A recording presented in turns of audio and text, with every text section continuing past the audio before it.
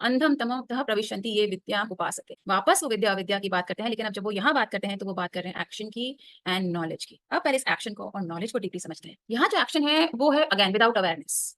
जो होता है ना घोर कर्मकांडी, कर्मकांड इज नॉट बैड। अगर आप ब्लाइंडली कुछ चीज फॉलो कर रहे हो without knowing it, that is wrong. पूजा पाठ कोई गलत नहीं है, हमें उसके पीछे का मकसद पता होना चाहिए, अवेयरनेस होनी चाहिए। क्यों कर रहे हैं, उन्होंने ये कहा था, ये करने के लिए कहा था, आपका विवेक कहाँ गया, आपका डिसर्नमेंट कहाँ गया? अगर if you are blindly following actions, you will fall, definitely आप फॉल करो। जो ना समझ व्यक्ति होता है उसको कोई भी समझा देता है, ऐसे कर लो, ऐसे कर लो, ऐसे कर लो, उसको बेवकूफ बनाया जा सकता है या किसी भी तरीके से समझ लीजिए। If you are not aware of something, आप गिरोगे गिरोगे।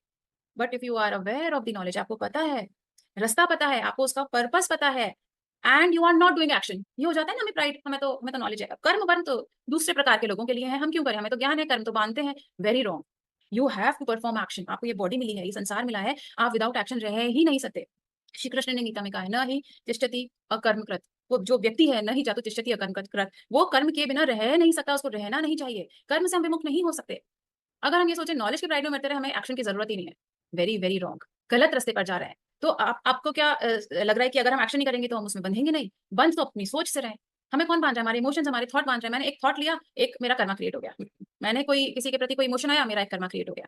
सो राइट नॉलेज का मतलब है राइट एक्शन। हमारे पास राइट नॉलेज है तो हमें राइट एक्शन करना है, हमें ब्लाइंडली एक्शन नहीं करना और हमें नॉलेज को लेकर बैठे नहीं रहना। हमें राइट नॉलेज चाहिए ताकि हम राइट एक्शन कर पाए, और क्योंकि हमें राइट एक्शन करना है इसीलिए हमको राइट नॉलेज चाहिए।